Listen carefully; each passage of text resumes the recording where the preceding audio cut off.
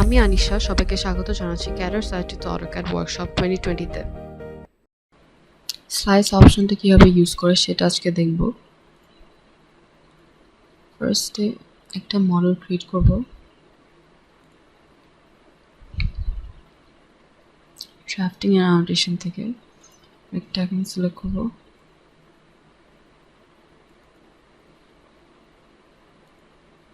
Three মডেলিংয়ে যেয়ে extrude অপশনটা select করব।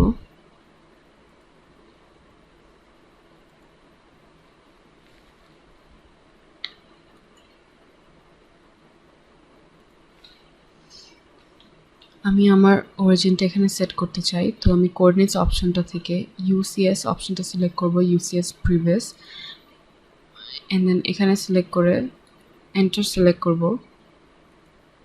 এন্ড দেন আমার কোঅর্ডিনেটসগুলো সেট করব।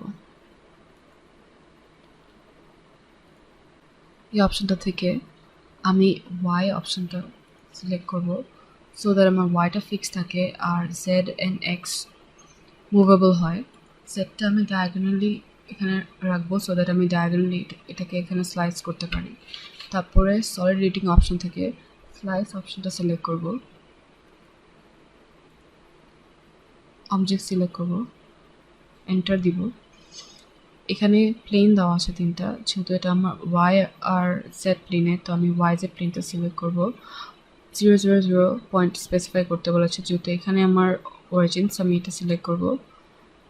Specify a point on desire side or keep both sides. যদি আমি একটা সাইড রাখতে চাই তাহলে আমি একটা সাইড স্পেসিফাই করব। আমি এই সাইডটা রাখতে চাই, তো এটা সিলেক্ট করব, এই সাইডটা থাকবে, বাকি পার্টটা চলে যাবে। যদি বোথ সাইড দিতাম তাহলে ফার্স্ট থেকে দেখাই। আবারও কোঅর্ডিনেট সেট করব।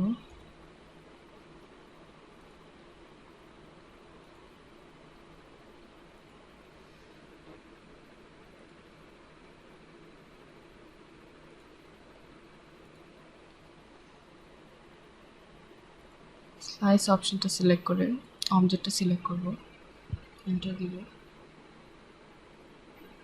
এখানে এক্স ওয়াই জেড প্লেনটা চুজ করব। এখন আমি কি বোথ সাইড সিলেক্ট করে এন্টার সিলেক্ট করব, তাহলে দুইটাই থাকবে, কিন্তু মাঝখানে স্লাইস হয়ে যাবে, ঠিক এইভাবে। সো এইভাবে আমরা স্লাইস অপশনটা ইউজ করতে পারবো। আজ এই পর্যন্তই, ধন্যবাদ।